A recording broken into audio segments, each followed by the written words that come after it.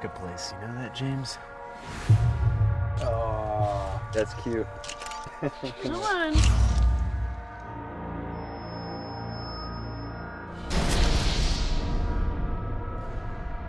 Do you think it's safe? We'll be fine. Come on.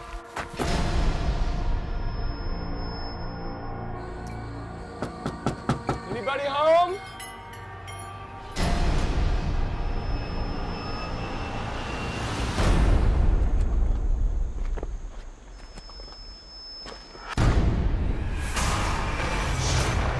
Kids best be getting out of here while you still can. We have to go. Let's start running.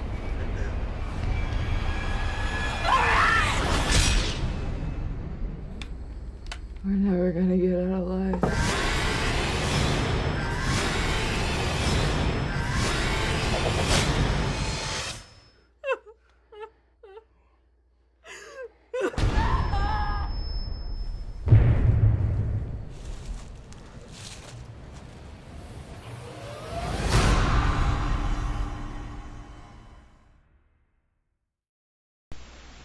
Hello everyone, this is Gruesome Herzog. My very special guest tonight is actor Matt Mercer. How you doing, Matt? I'm doing great. How are you? Great. I'm glad to get you on here. Apologize for the couple times that I had to cancel, but we finally got it going now. No worries. I'm glad we're finally talking. Good. You know, now, before I get started, I'm going to let the listeners know that we will be talking about later on about the new release of, well, not release, but Madison County, which will be coming out sometime in 2011. But I would like to start with some of your earlier stuff to work up to it to get the listeners an idea about who Matt Mercer is. Okay? Awesome. Here we go. Ace, oh man, how far back does this go? Well, no, hopefully Ace and Collie will listen to this interview because they can get a good taste of what's going to happen to them when it's their turn. Okay. Good. Oh boy, here we go. Please grill those guys, grill the hell out of those guys, and you get them on here. Oh, I'm going to. I'm going to treat them like they treat a grill, but that's for later on. Yeah, we'll talk about that later. Okay, the first movie I'm kind of interested in. It's a thriller. It's called Among Brothers in 2005. It was directed by John Schwartz. Matt, yes. What's exactly this movie about? That was my first feature film experience, and I was lucky enough to get one of the lead roles in it, and my buddy John directed it. And it's about, it was based on a cold case of an unsolved murder from at this point, about 15 years ago that happened in South Carolina. Oh, wow. And a young college girl was murdered, and the police couldn't figure out who did it. So the brother had his own theories about who did it. The police had their own theories, but the brother wrote a screenplay, which John purchased and then wrote, did some rewrites on it, and then produced it himself and directed it. And you know, it's a solid little thriller, especially for the budget that he made it for, and it did really well on the festival circuit. But it caused a lot of controversy too, and Dateline ran a whole story on it. It was a great experience when that happened. Wow. Now, people are probably going to get tired of me talking about this, but I can't help myself. You mentioned about the budget. You mentioned about the budgets. See, I'm coming to finding out doing two podcasts, doing a movie review podcast, is I've been doing, you know me, I do a lot of research. I check out other people's reviews and stuff, and one of the things that irritate me, and again, it's going to be a broken record, is you have these people that want to criticize movies, like cheap looking blood and cheap this and cheap special effects. But I wish people would actually take the time to understand what it takes to make a movie. I mean, if you ain't got that humongous budget, you're not going to have the awesome special effects or gunshot wounds and stuff like that. You're not even going to have a movie. I mean, you got to call in, the budget we were on that one, or any small movie. I mean, any small movie, you need a lot of favors, a lot of freebies. It's and a lot of it. Really, what it is a lot of passionate, enthusiastic people that want to make that movie just as much as you as you do. Yeah, and The director does it, you know? I come to find it that I am more into independent, low-budget movies than I am with high-tech, a lot of my movies, because, I mean, I'll admit it, before I started both of these podcasts, going back 6 months, I would only look for the big-name movies. You know, I did watch Wrong Turn. I mean, I guess that's independent, but, you know, I watched them, but, you know, I've seen so many movies lately that I never even knew they existed until you search for them. And they turn out to be gems. That's, you know, it's just, people have to, people need to really look deep. Because if they look deep, they're going to find stuff that they're not going to believe that's even out there.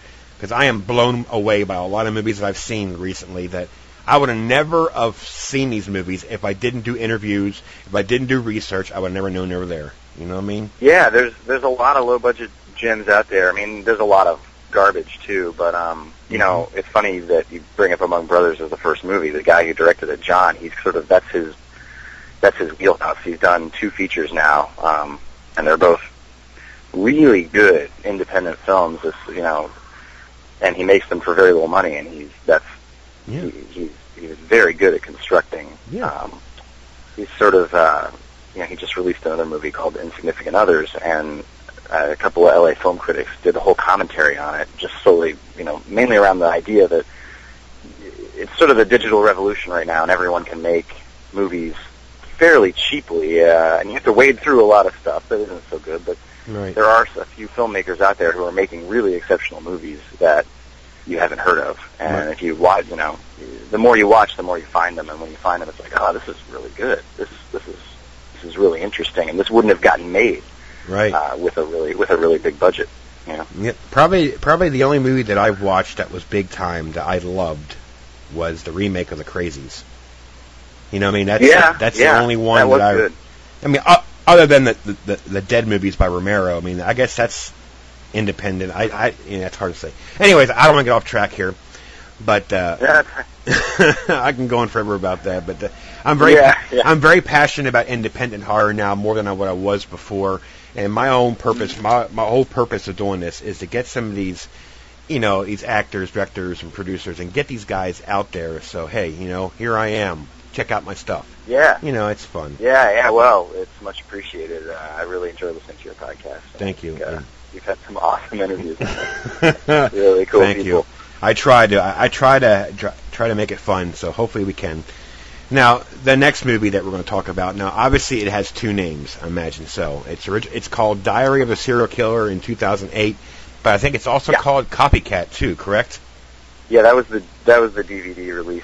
Title, and I think when it airs on TV, though, I know it's shown on one of the premium pay cable channels. It still airs as Diary of a Serial Killer, so I don't understand that, but yeah, I was made under that title, and it was I play a guy who has a bad run-in with the Night Stalker, Richard Ramirez. Oh, okay. I don't fare very well. I don't make it very long, but it's a good movie. I do want to see it because it has the Ed Gein, it has the Jeffrey Dahmer, it has Colby Berry as a serial. No, I apologize. Yeah, it's a best of the best. It's the best of all the serial killers. I mean, I think the premise of that one was there's a serial killer in present day who's copycatting previous serial killers, and specifically those 3. Right. And there's an investigative journalist whose a relative of hers was killed. I think it was her mother, if I remember correctly. And so she trying to find this killer based on her research of these other killers. And when she researches the killers, we have flashbacks to the other killers doing their stuff, and I am a Richard Ramirez victim in that one. I'm basically get in bed with my wife, and we get night stalked. No shit. To the nth degree, yeah. And I go check a noise. It's the classic I'm going to check a noise scenario, and it doesn't work out for my character. You know, not to give anything away, but you pretty much get that when you see it. Well, now, Do you know anybody that writes movies besides Eric? Because I think what he should do is write a new movie. Okay, it's called Diary of a Gas Grill Killer. Yeah. It's about a guy who uses a gas grill and to cause grease fires to kill entire casts. Yeah, and they're sucking on grass too. I mean grass, not grass. Right. I'll get to that when the time comes. But I'm trying to keep the people in suspense. You know, what's he going to say next? Now, the next movie it's a short, but speaking of shorts, I didn't even really watch a short until my first short that I seen was Kill Devil Hill. It was sent to me from Ace Jordan out there in California, and I've seen a bunch of them since then. And I dig shorts for one reason. They get to the point and done, and chances are whatever you watch, it's going to leave a residence in your mind for a while because it's like done over with. You don't have time to savor it. But Pincushion, it's listed as a short comedy fantasy horror. Came out in 2010. It was directed by Steven Sprinkles. What a last name that is. But yeah. Now, you want to explain to listeners exactly what this is about? Sure. Pincushion is basically takes the scenario of I play a boyfriend and a girlfriend. I'm the boyfriend. An actress named Najara Townsend plays the girlfriend. She's a great actress. And the scenario is it's sort of Steven took the basic scenario of the worst possible breakup scenario, like to someone getting dumped by their girlfriend, and then adding to that, she's also killing him in the process, literally with a knife. Jesus. Multiple knives, not just a knife, multiple knives. So it's and as the viewer, it's a dark comedy, and Steven is very entrenched in the special effects world. So there's a lot of really great effects work in it, as far as the knives and me turning into a human pincushion and the. I don't want to give anything away, but right. But she takes my heart with her. Let's put it that way. Wow. Now, is that available? And, I don't think it's available yet. It might be online somewhere. Vimeo, do you think? Maybe it might be on Vimeo or it might be on YouTube. I'm not sure. I think it's just finishing the festival circuit. It won some awards at some festivals. I gotta check that out. It played I think it won whatever the big award is at the Las Vegas Film Festival. But yeah, if it's out there, check it out. And if it's not, I can get it to you. Yeah, it'd be cool because I've been digging them. Yeah, it's cool. It's a funny short, and obviously it plays on the level of you're not quite sure at first if she's really killing her boyfriend or not. But as it goes on, you realize each knife it's sort of a metaphor for the breakup. Jesus. And it's brutal but funny at the same time, which I like. I like dark comedy, so I was thrilled to get to do that one. Well, Collie Berry Bird, be careful. Yeah, better be on the lookout. Oh my God! Yeah, actually, there's a funny coincidence on that short too. The guy who played my brother in that short is a guy named Benjamin Watts, and he was in Eric England, who directed Madison County. Ben was in Eric's thesis film. Okay. A short that he did. So it was really, there's always little weird coincidences out there like that. Oh, that's excellent.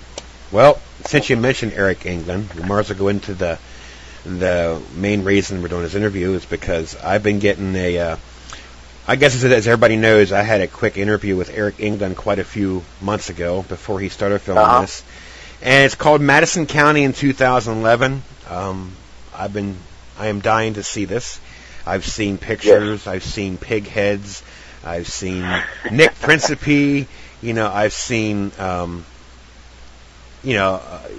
talking to you, talking to Ace and Collie. And yeah. Now, if you want to, I know a lot of people already heard about some of this movie, but if you want to, you can give us a taste. I mean, they already heard what Eric said, but now that it's finished, if you want, you can give a little, backstories, any funny stuff, just, whatever. Talk to the listeners. Yeah. Well, the movie, I know it has had a lot of press in the horror world because of Nick is in it from Laid to Rest. He played Chrome Skull, obviously, and then Almost Human, Rob Hall's company, Almost Human, did the effects, and they're awesome. So I know there's been a lot of press. People kind of sort of know about it, but the premise is there's a sort of the 4 college students going to investigate a serial killer who may or may not exist in a very rural, remote part of Arkansas in the Ozarks. And they go to basically Coley plays a student who's sort of spearheading the trip to go out there and interview this writer of a tell-all book. Okay. Who has written about this killer, and he's been sending Coley's character, James, he's been sending James letters. And he says he wants to meet him to tell him the truth about everything. Okay. So we all go out there. My character's a photographer. He's taking pictures for the article that Coley's character is writing. And we go there and, are skeptical. We're skeptical. And our skepticism quickly turns to terror. Yeah. That's pretty much. That's about for various reasons, and but I think it's going to be a really cool movie because it is a slasher movie, and it operates on that level and very effectively because Eric is really good at that. But it also is a really interesting. So many slasher movies are the same, and I think this one introduces a really cool mythology for this killer. Right. I think Eric's done a good job with that. So. It should be really cool. I was really excited to get cast in it. It's definitely, I think it's going to be the best horror thing that I've gotten to do. Yep, and so. I'm a big slasher fan anyways. But see, the funny part about this, how I got involved with the movie, it's funny. As you know, I interviewed James Cotton quite a oh yeah. Believe it or not, it seems like ages ago, but it's only like 4.5, 5 months ago. I interviewed him for his movie Resurrection County, and which I loved that movie, and that's why I had him come on. Great. And I would never found that movie either, and I came across it one day, and I got it and watched it. Phenomenal movie.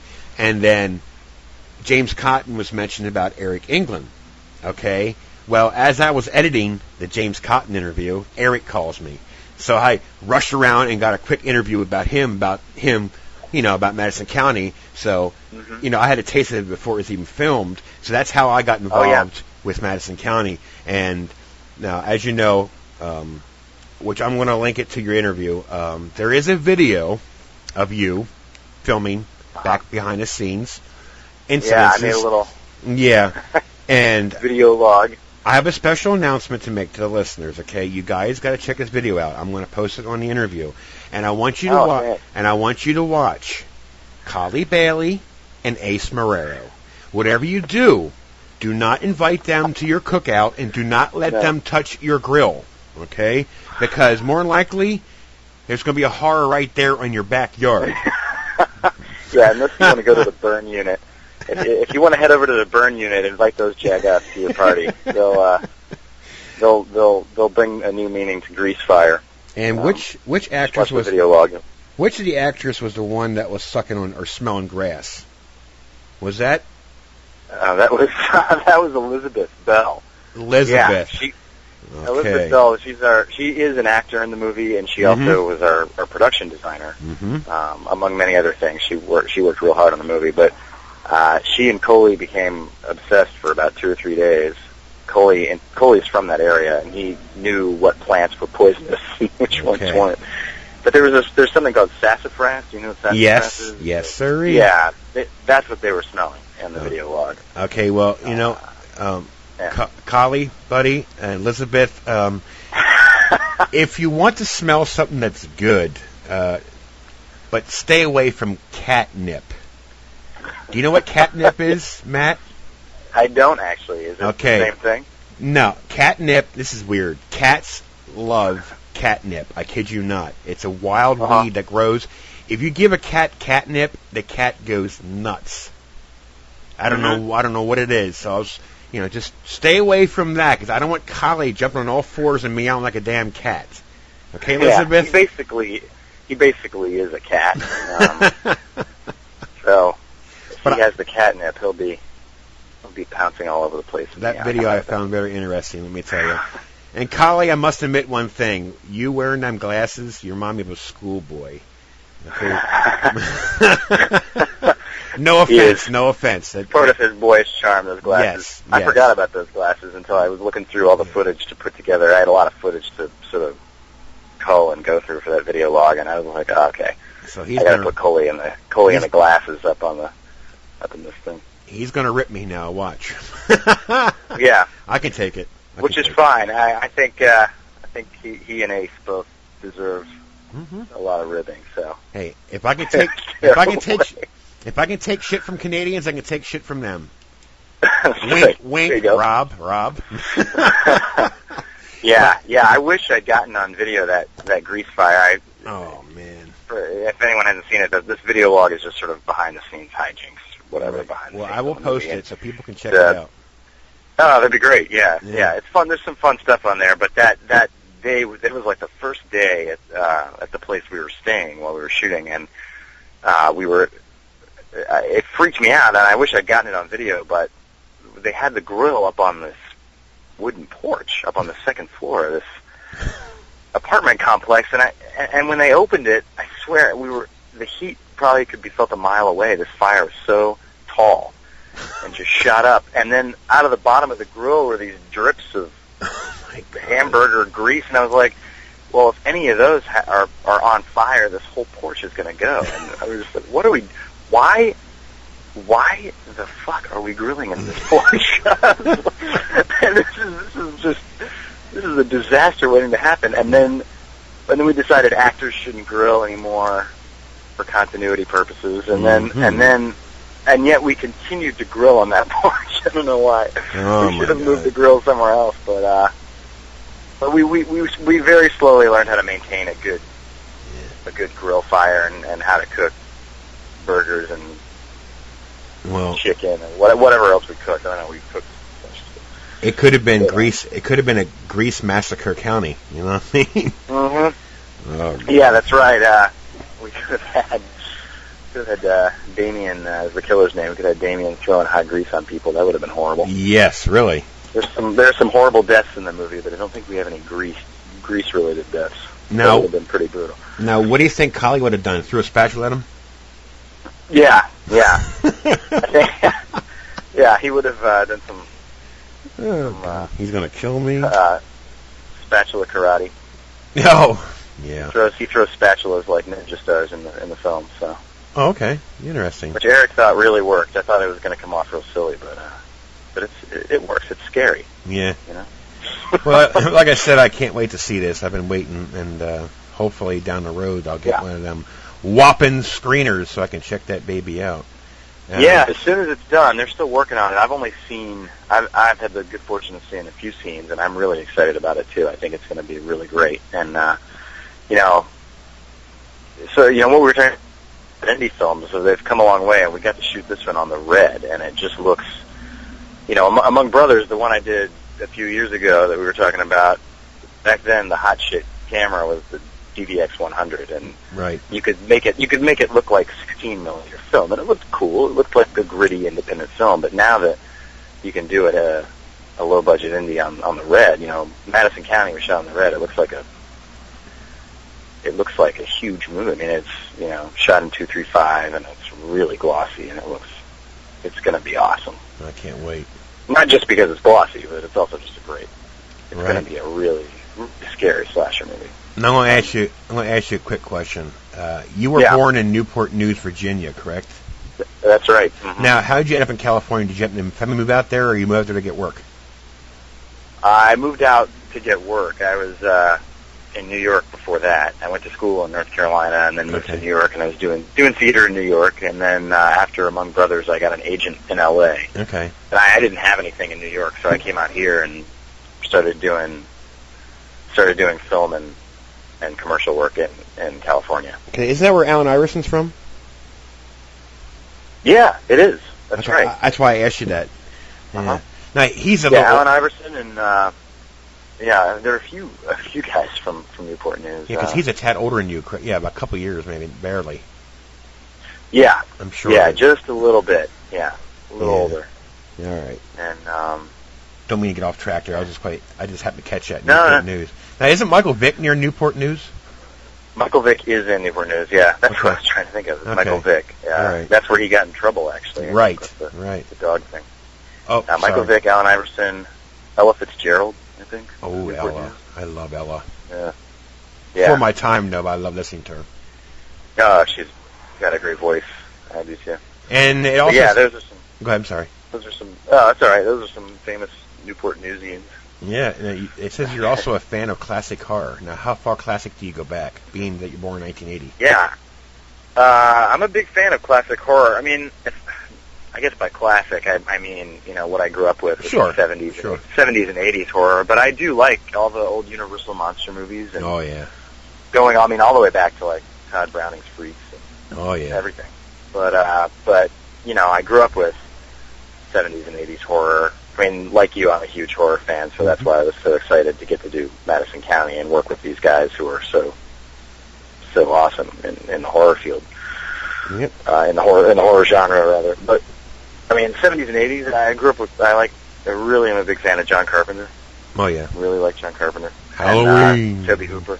Yeah, Halloween's the big one. That's the one that when I was a kid, I think it was. I mean, everyone cites these movies, but I think when I was a kid, the thing that made me want to be in movies was Halloween, Jaws, and Alien. Right. Three. So those directors, Spielberg, Ridley Scott, John Carpenter, Tobe Hooper, Yep. George Romero, all those guys. Yep. Yeah, I watched that real quick. I don't want to go off base here, but I watched the making of the Texas Chainsaw Massacre, the original.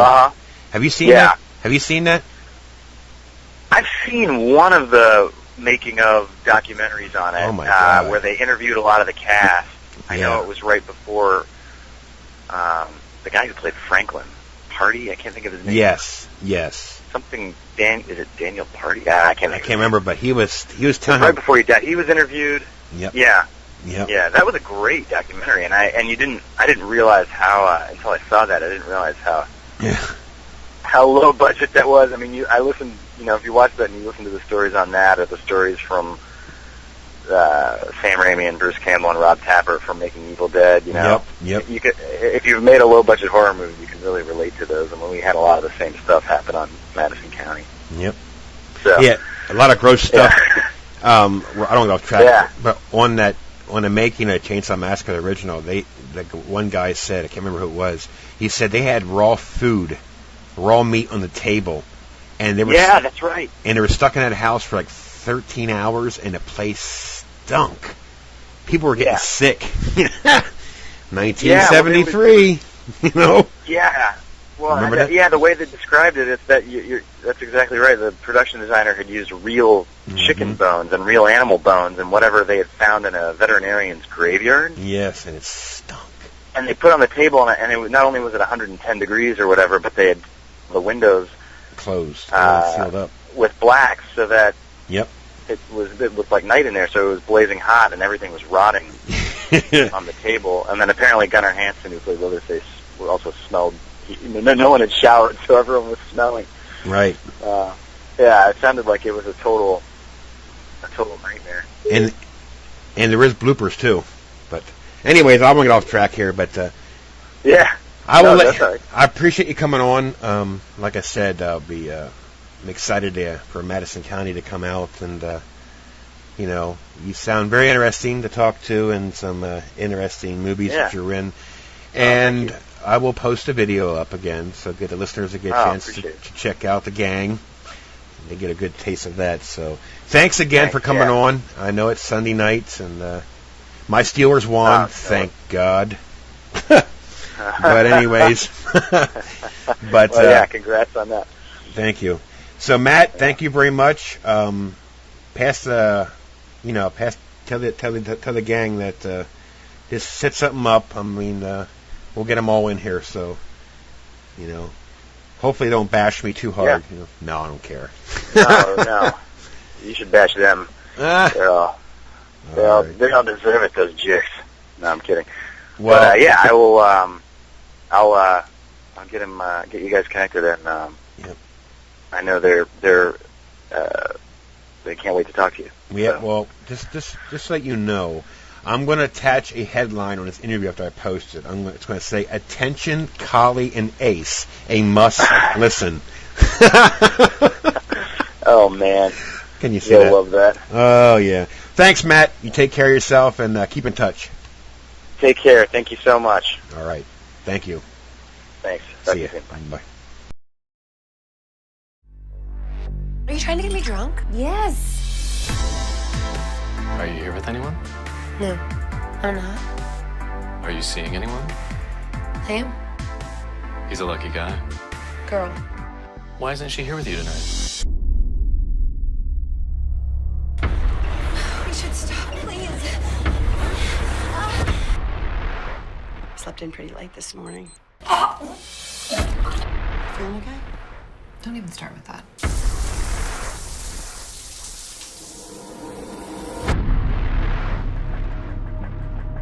What seems to be the problem? What the hell is wrong with your eye?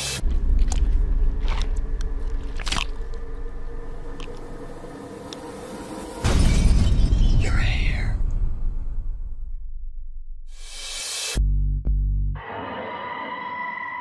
Are you sexually active?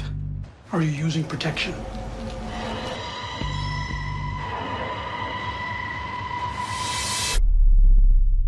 This appears to be some sort of sexually transmitted disease.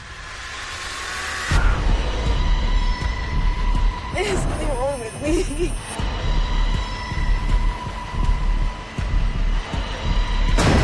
Help me.